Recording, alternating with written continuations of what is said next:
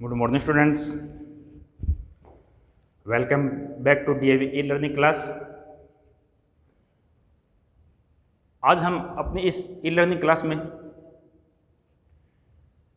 जिस विषय पर चर्चा करेंगे या जिस टॉपिक का हम स्टडी करेंगे, अध्ययन करेंगे, वो है physiographic region of India. Physiographic region of India, Bharat के भौतिक प्रदेश। भारत के भौतिक प्रदेश। इस टॉपिक पर आज हम डिस्कशन करेंगे। तो मुख्य तौर पर देखें तो भारत के जो भौतिक प्रदेश हैं, फिजियोग्राफी रीजन है, उनको 4 भागों में डिवाइड किया गया है। 4 पार्ट्स ऑफ डिवाइडेशन। कौन कौन से हैं? Part first, the mountain part of the north, उत्तर का पर्वतीय भाग। Second, the great plain of north India, उत्तरी भारत का विशाल मैदान। थर्ड, द पेनिनसुलर प्लेटू, प्रायद्वीपीय पठार। और number 4, the coastal plain and islands, तटीय मैदान और द्वीप समूह। ये मुख्यतः 4 भौतिक प्रदेश हैं, लेकिन इसमें हम इनको अलग अलग डिवाइड भी कर सकते हैं। जैसे 4 पार्ट ऑफ 4 है the coastal plain and island, तो इसमें कोस्टल प्लेन और आइलैंड को भी अलग अलग कर सकते हैं। जैसे अलग भाग बना दिया, तटीय मैदान और एक द्वीप समूह। और इसी के साथ साथ जो हमारा मरुस्थलीय क्षेत्र है उसको भी हम अलग से उसका अध्ययन कर सकते हैं। तो ऐसे इनको डिवाइडेशन कर सकते हैं। किसी ने इसके 5 भाग कर रखे हैं तो कोई इनको 6 भागों में विभाजित करता है। लेकिन मुख्य तौर पर ये 4 पार्ट्स हैं। जो भारत के फिजियोग्राफी रीजन की बात करें तो उसमें 4 पार्ट आते हैं। कौन कौन से? The mountain part of the north, second the great plain of north India, third the peninsular plateau, और number 4 the coastal plain and island. ये 4 प्रमुख फिजियोग्राफी रीजन है भारत के। अब बात आती है कि इनको इस भौतिक भाग में कैसे बांटा जाता है। तो जैसे आप जानते हो कि जो संपूर्ण स्थल मंडल है वो एक जैसा समतल नहीं है। उसका कुछ भाग जिस पे पठार है, कुछ मैदानी है, कुछ पर पहाड़ियाँ है, हिल्स है, और किसी पर माउंटेन है। तो इन अलग अलग भागों के आधार पर इनको अलग अलग भागों में डिवाइड किया जा सकता है। जैसे मैदान की बात करें तो समुद्र तल से लेकर 300 मीटर की ऊंचाई तक विस्तृत समतल भूभाग मैदान कहलाता है। उसके पश्चात नेक्स्ट हम बात करें प्लेटू या पठार की, तो 300 मीटर से लेकर 600 मीटर की ऊंचाई तक विस्तृत समतल भाग को पठार कहते हैं। ये मैदानों से ऊंचे उठे होते हैं। और उसके पश्चात 600 से लेकर 1800 मीटर की ऊंचाई पर कम ढलान वाले क्षेत्रों को पहाड़ियाँ कहते हैं, हिल्स कहते हैं। और 1800 मीटर से अधिक ऊंचाई वाला भूभाग और वो तीव्र ढाल वाला हो उसे हम पर्वत कहते हैं। इस आधार पर इन सभी को अलग अलग भागों में बांटा है। अगर हम भारत के तौर पर अध्ययन करें इनका, तो भारत में जो मैदानों का भाग है, जैसे आपको पता है जो भारत का क्षेत्रफल है वो 32,87,000 वर्ग किलोमीटर है। और उसमें जो मैदानी भाग है वो कितना है? 43% भाग मैदानी है। उसके बाद हम पठारी भाग की बात करें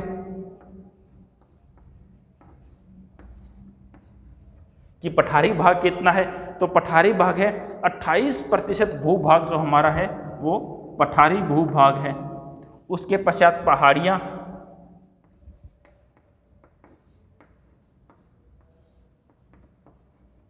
हमारे भूखंड पर जो पहाड़ियाँ हैं वो है 18%। और लास्ट में पर्वत या माउंटेन, ये है 11% पर। भारत का जो भूभाग है, संपूर्ण क्षेत्रफल है, उसके 43 भाग पर मैदानों का विस्तार मिलता है 28% भाग पर प्लेटू का विस्तार मिलेगा, 18% भाग पर हिल्स मिलेगी और 11% भाग पर माउंटेन का विस्तार मिलता है। अब बात आती है मैदान किसे कहते हैं, मैंने एक बार बताया, दोबारा बताते हैं। समुद्र तल से लेकर 300 मीटर की ऊंचाई वाला भूभाग, ऊंचाई वाला समतल भूभाग,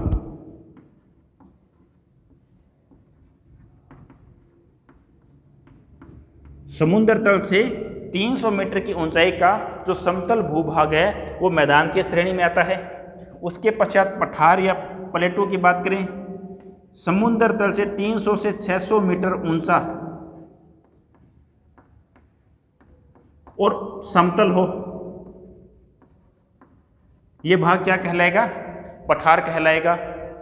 जैसे उत्तरी भारत का जो भाग है वो 300 मीटर की उसकी औसत ऊंचाई है, और भारत के दक्षिणी भाग की बात करें तो उसकी ऊंचाई 300 से लेकर 600 मीटर की ऊंचाई तक विस्तृत है, तो वो भाग दक्षिणी पठार कहलाता है, प्रायद्वीपीय पठार कहलाता है।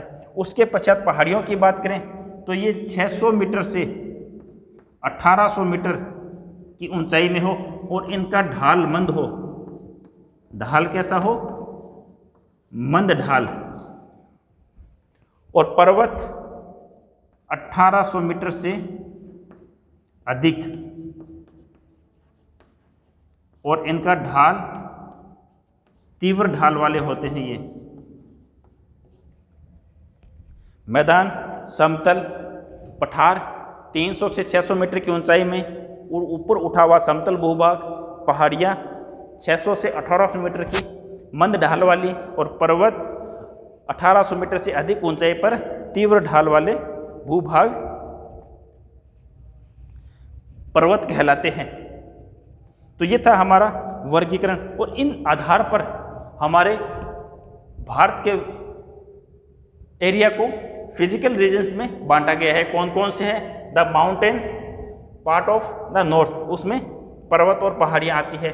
The great plan of north, उसमें मैदानी भाग आएगा। द पेनिसुलर प्लेटू, उसमें पठारी भूभाग आएगा। और the coastal plan of an island, यानी कि जो हमारे द्वीप समूह है, और वो भाग जो हमारा तटीय भाग है, जल से मिलता हुआ है दक्षिण में, उस भाग को इसके अंतर्गत शामिल किया जाता है। अब एक बार इसकी धरातल पर लोकेशन कैसी है,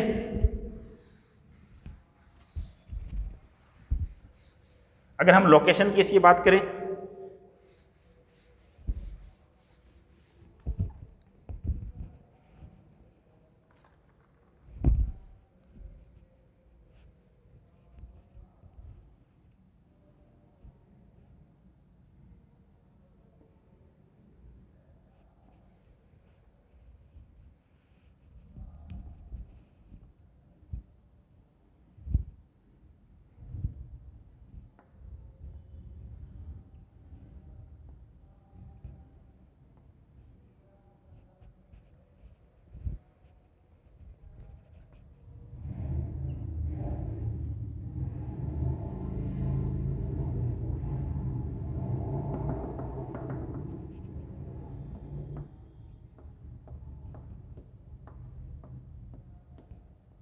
जो भारत का भौतिक स्वरूप है वो ऐसा है।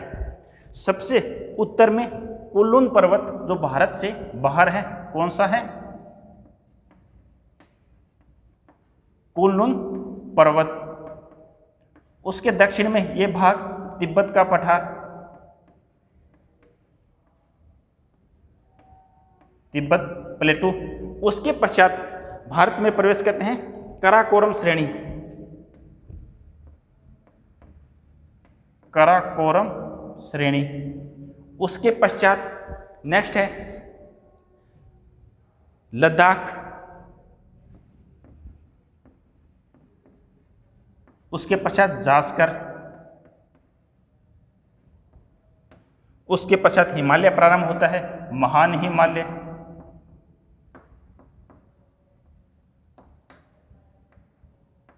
फिर मध्य हिमालय,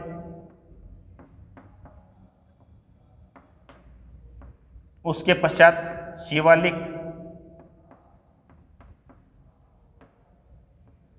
उसके पश्चात उत्तर भारत का जो विशाल मैदान है, उत्तर भारत का विशाल मैदान, उसके पश्चात ये भाग पठार, ये भाग तटीय मैदान और लास्ट में ये द्वीप समूह।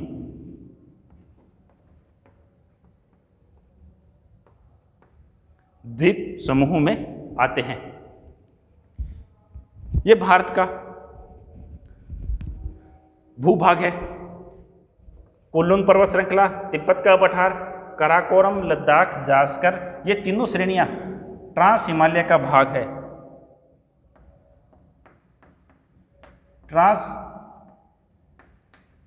हिमालय का भाग है। उसके पश्चात महान हिमालय, मध्य हिमालय और शिवालिक, ये तीनों हिमालय में आते हैं। उसके पश्चात उत्तर भारत का विशाल मैदान, फिर पठार जिसको हम प्रायद्वीपीय पठार या दक्षिणी भारत का पठार भी कहते हैं। उसके बाद में कोस्टल प्लान और आइलैंड। अब उसके पश्चात जो ये है ट्रांस हिमालय और हिमालय, यहाँ से लेकर काराकोरम श्रेणी, लद्दाख, जास्कर, महान हिमालय और मध्य हिमालय, शिवालिक, इसको उत्तर का पर्वतीय क्षेत्र भी कहते हैं। ये हमारा फर्स्ट पार्ट है, उत्तर का पर्वतीय भाग। तो मैंने आपको बताया कि भारत को फिजियोग्राफी रीजन के आधार पर 4 भागों में डिवाइड किया है। The mountain part of the north, उसमें ये भाग आएगा उत्तर का पर्वतीय भाग, जिसमें ट्रांस हिमालय और हिमालय। ट्रांस हिमालय में काराकोरम, लद्दाख, जास्कर, हिमालय में महान हिमालय, मध्य हिमालय और शिवालिक। उसके पश्चात the great plan of north India, तो इसमें यह भूभाग आएगा उत्तर भारत का विशाल मैदान। नंबर पार्ट 3 पेनिनसुलर प्लेटू, तो ये भाग हमारा पेनिनसुलर प्लेटू के अंतर्गत आता है। उसके पश्चात द कोस्टल प्लान और आइलैंड। कोस्टल प्लान ये भाग और आइलैंड में जो समुद्र में द्वीप है वो। तो ये हमारी जो फिजियोग्राफी रीजन है, स्ट्रक्चर है, ऐसा दिखाई देता है। सबसे उत्तर में कुनलुन, तिब्बत, उसके पश्चात भारत में काराकोरम, लद्दाख, जास्कर, महान हिमालय, मध्य हिमालय, शिवालिक, उत्तर भारत के विशाल मैदान, पठार, तटीय मैदान और द्वीप समूह भागों में बांटा हुआ है। तो अब हम बात करें हमारे फर्स्ट पार्ट की, जो है the mountain part of the north, उत्तर भारत, उत्तर का पर्वतीय मैदान।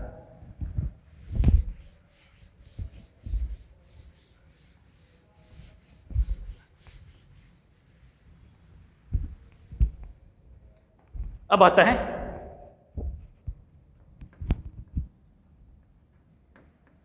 उत्तर का पर्वतीय भाग।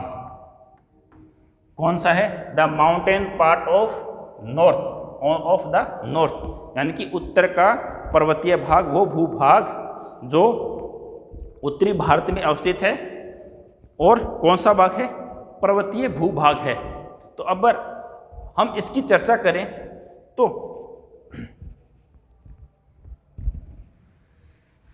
इस भूभाग के बारे में थोड़ा सा आपको मैं डिस्कशन से बताऊं।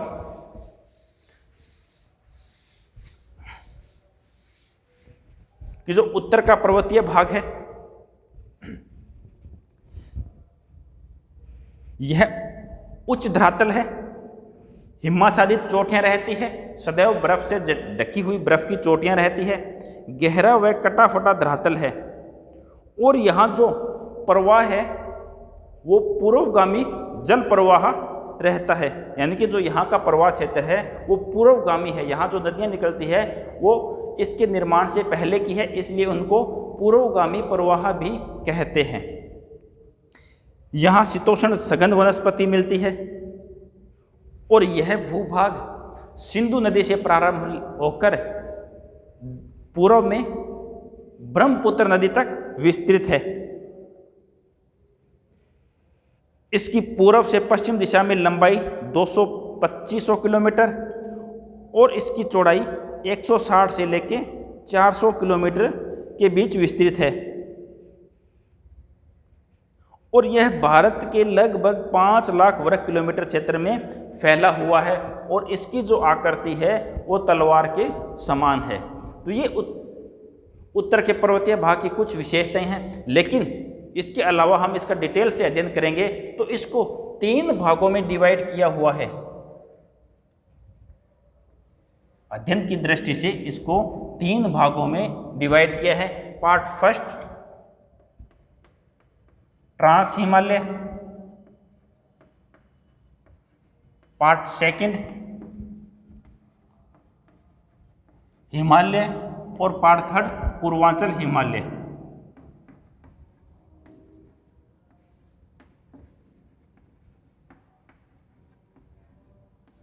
इस भूभाग को 3 भागों में डिवाइड किया है। Trans Himalaya, the trans Himalaya, second Himalaya और थर्ड पूर्वांचल हिमालय। ट्रांस का अर्थ होता है पार, यानी कि हिमालय के पार का भूभाग। अगर हमारा क्वेश्चन आए कि उत्तर के पर्वतीय भाग का वर्णन कीजिए तो इसमें हमको इन तीनों पार्ट्स का अध्ययन करना होगा, ट्रांस हिमालय, हिमालय और पूर्वांचल हिमालय। अगर हमारा क्वेश्चन ये है कि भारत के हिमालय का विस्तार से वर्णन करो तो हमें केवल हिमालय का पार्ट ही लिखना है। पर्वतीय हम अध्ययन किसका कर रहे हैं? उत्तर के पर्वतीय भाग की, the mountain part of the north, यानी कि जो भारत का उत्तरी भाग है उसका अध्ययन कर रहे हैं और उसके अंतर्गत ये तीनों पार्ट्स आते हैं। First trans Himalaya, second Himalaya और पार्ट थर्ड पूर्वांचल हिमालय। अब हम इनका अलग से अध्ययन करेंगे तीनों का। तो सबसे पहले आता है ट्रांस हिमालय। ट्रांस हिमालय को 3 भागों में डिवाइड किया हुआ है, काराकोरम श्रेणी,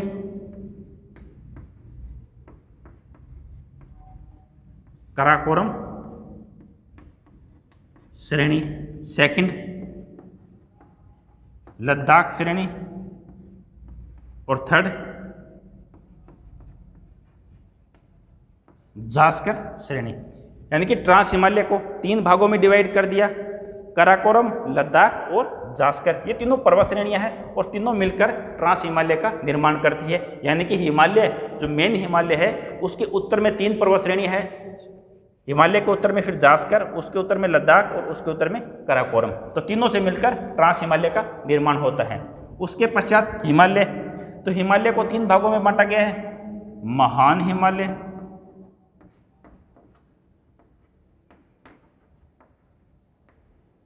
सेकंड लघु हिमालय या मध्य हिमालय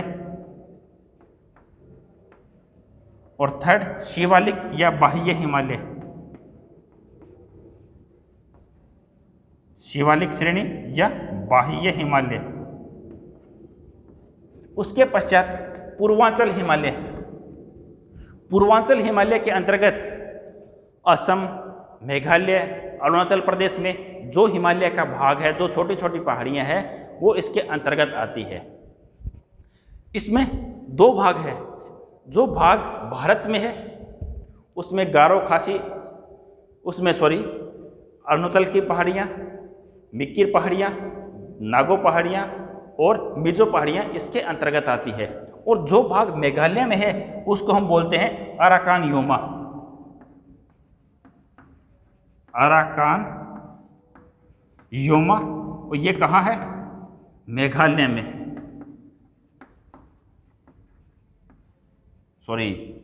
म्यांमार में। ये भाग भारत में नहीं है, ये भाग है म्यांमार में।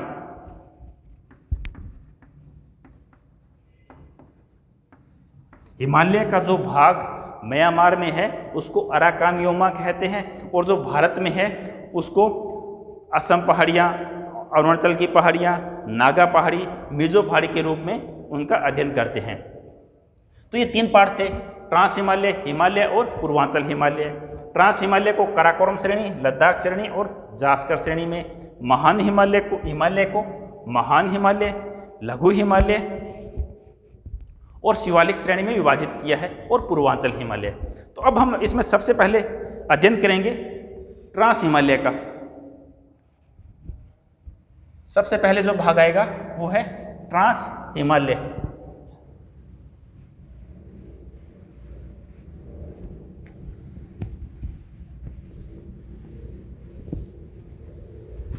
पार्ट फर्स्ट देखें।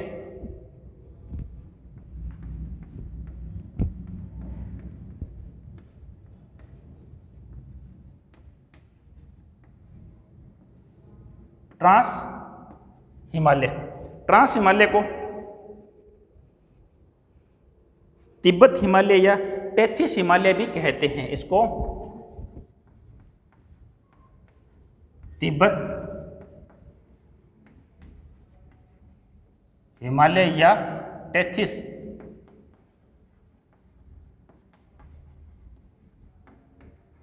हिमालय भी कहते हैं। क्यों कहते हैं? जिस स्थान पर हिमालय है वहां प्राचीन काल में टेथिस महासागर अवस्थित था।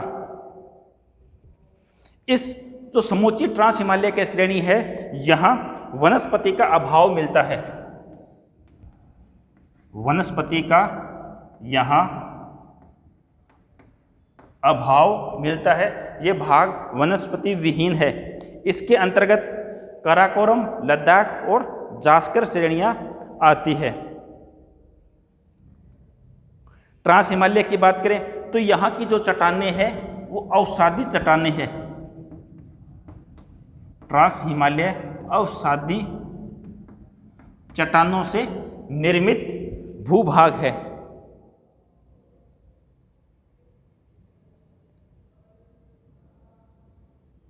और ट्रांस हिमालय का निर्माण हिमालय से पहले हो चुका है। यानी कि इसके निर्माण की बात करें तो इसका निर्माण हिमालय से पहले हुआ था।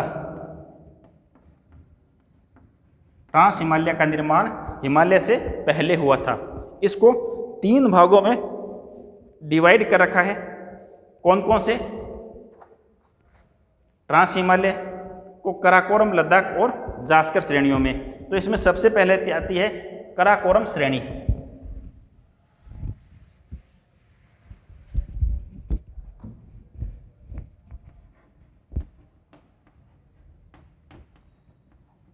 कराकोरम श्रेणी इसका जो फर्स्ट भाग है। जैसे हम मैप में देखें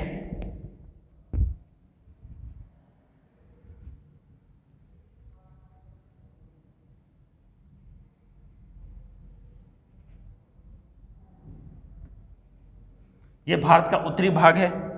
यहां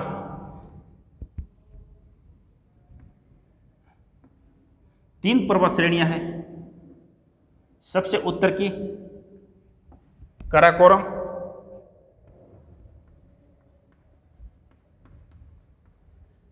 मध्य की लद्दाख और थर्ड जास्कर। तो हम बात कर रहे हैं सबसे उत्तर की जो कराकोरम श्रेणी है इसकी। तो कराकोरम श्रेणी की बात करें तो इसकी औसत ऊंचाई 4500 से 5500 मीटर है। ऊंचाई 4500 मीटर से लेकर इसकी औसत ऊंचाई 5500 मीटर के बीच कराकोरम पर्वत श्रेणी अवस्थित है। इसके अलावा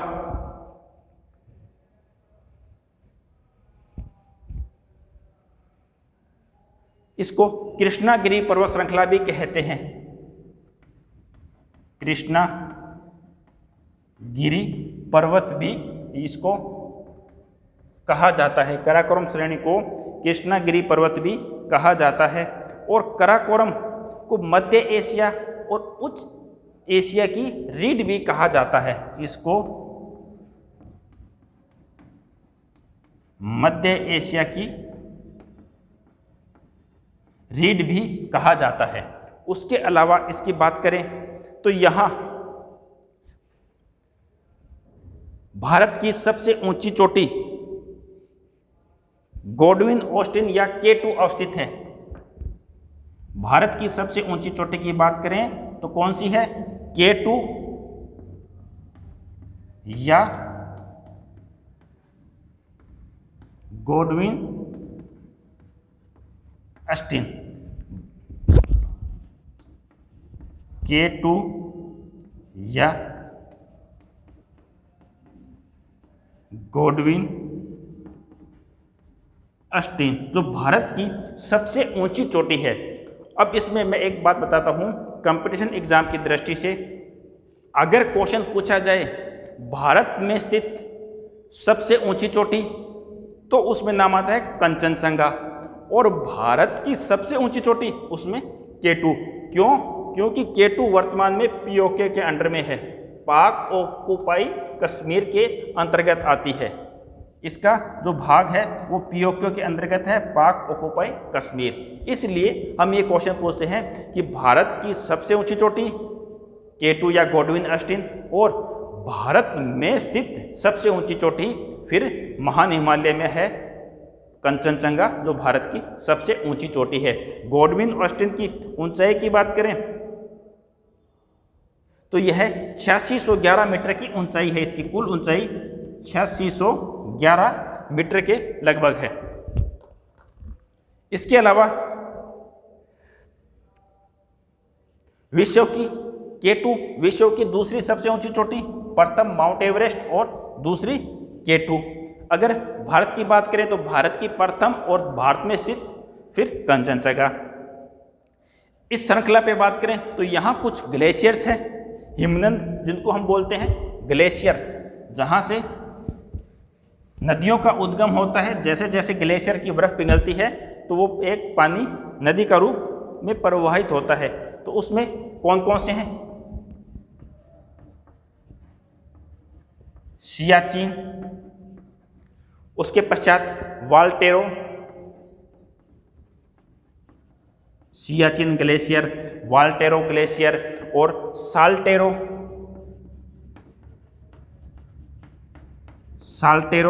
और उसके पश्चात हुंजा और हिस्पर। यहाँ ये प्रमुख ग्लेशियर हैं, सियाचिन, वोल्टेरो, साल्टेरो, हुंजा और हिस्पर। सियाचिन की बात करें तो विश्व का सबसे ऊंचा युद्ध स्थल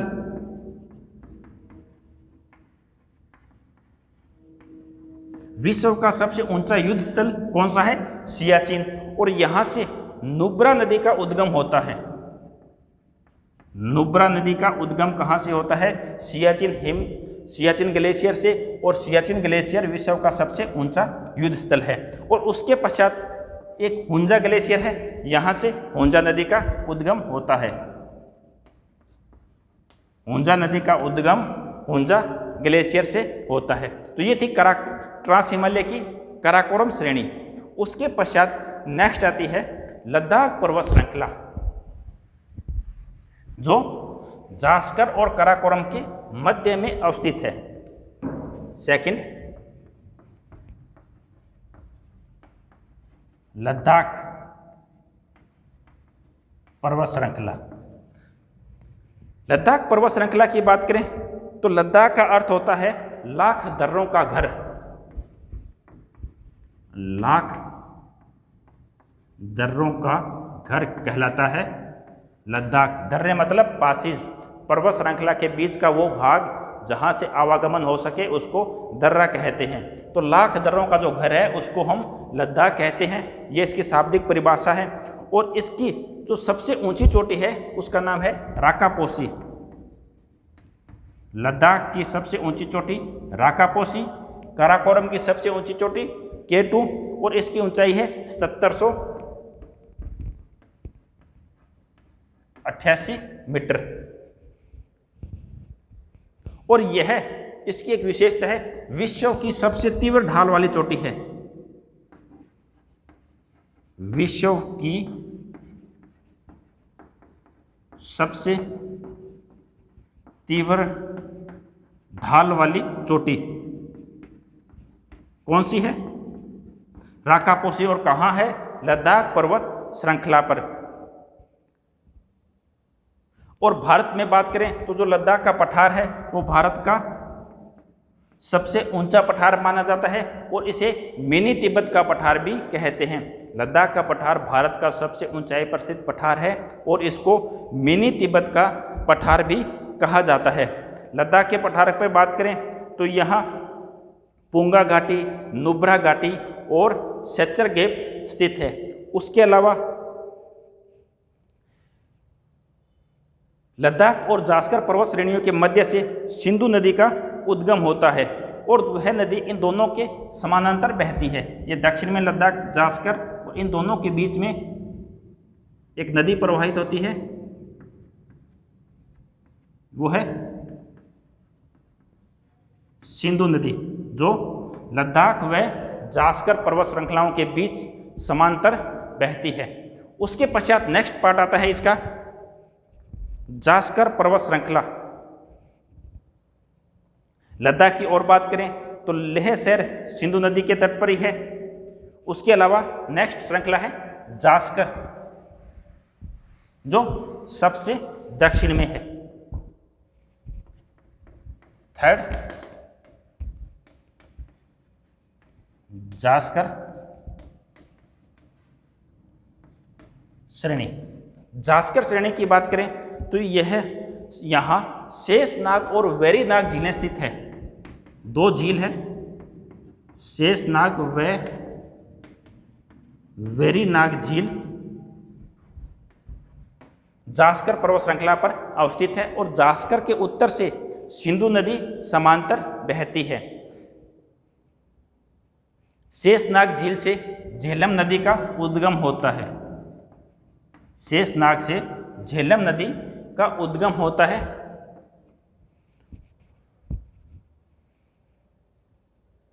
और झेलम नदी क्या करती है? कश्मीर घाटी का निर्माण करती है। कश्मीर घाटी का निर्माण झेलम नदी, यानी कि जास्कर श्रृंखला में दो झीलें हैं, शेषनाग और वेरीनाग। शेषनाग झेलम झील निकलती है यहाँ से और झेलम झील क्या करती है, झेलम नदी निकलती है और झेलम नदी क्या करती है? कश्मीर घाटी का निर्माण करती है। इसके अलावा झेलम नदी वुल्लर और डल झीलों का भी निर्माण करती है। झेलम नदी वुल्लर व डल झील का निर्माण करती है। कश्मीर की सबसे प्रमुख झील कौन सी है? डल झील। तो इसका निर्माण कौन सी नदी करती है? झेलम नदी। और इसके अलावा हम बात करें तो श्रीनगर शहर भी झेलम नदी के किनारे है। श्रीनगर कहाँ बसा हुआ है? झेलम नदी के किनारे। और श्रीनगर का निर्माण या इसको किसने बसाया? सम्राट अशोक ने। सम्राट अशोक ने श्रीनगर शहर को झेलम नदी के किनारे स्थापित किया। और जो भारत का सबसे ठंडा स्थल, भारत का सबसे ठंडा स्थल कौन सा है? द्रास। और ये कहाँ है? जास्कर पर्वत श्रृंखला पर। भारत का सबसे ठंडा स्थल द्रास और ये कहाँ है? जास्कर पर्वत श्रृंखला पर। जास्कर पर्वत श्रृंखला ट्रांस हिमालय का सबसे दक्षिणी भूभाग है। तो आज हमने चर्चा की थी फिजियोग्राफी रीजन ऑफ इंडिया की, भारत के भौतिक प्रदेश जिनको 3-4 भागों में डिवाइड किया हुआ है। उत्तर का पर्वतीय क्षेत्र, उत्तर भारत का विशाल मैदान, प्रायद्वीपीय पठार और तटीय मैदान व द्वीप समूह। तो उसमें हम आज पार्ट फर्स्ट उत्तर के पर्वतीय भाग पर चर्चा की, जिसको 3 भागों में डिवाइड किया, ट्रांस हिमालय, हिमालय और पूर्वांचल हिमालय। ट्रांस हिमालय को आगे 3 भागों में डिवाइड किया था, काराकोरम श्रेणी, लद्दाख श्रेणी और जास्कर श्रेणी। इन तीनों के बारे में हमने आज डिटेल स्टडी की। तो आज की कक्षा में इतना ही। इसके बाद नेक्स्ट पार्ट हम नेक्स्ट ई लर्निंग क्लास में करेंगे। धन्यवाद।